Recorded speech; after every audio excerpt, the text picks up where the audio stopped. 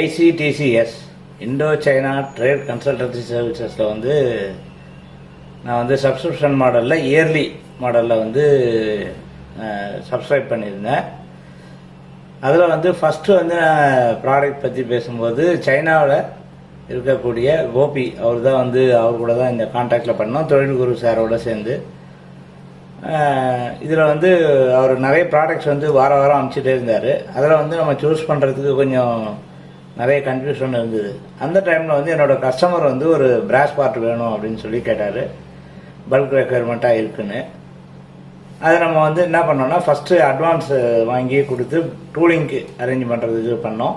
அதுக்கப்புறம் sample receive பண்ணோம். Sample receive பண்ணோடனே ஓகே சாம்பிள் நல்லாயிருக்கு, நம்ம நெக்ஸ்ட்டு வந்து பல்க்கு வந்து கஸ்டமர் வந்து எப்படியும் ஒரு 2 வீக்ஸு 3 வீக்ஸில் ஆர்டர் கொடுத்துருவாங்க அப்படின்னு நான் நம்பிட்டு இருந்தேன். ஆனால் பார்த்தா ஒரு 4 நாள்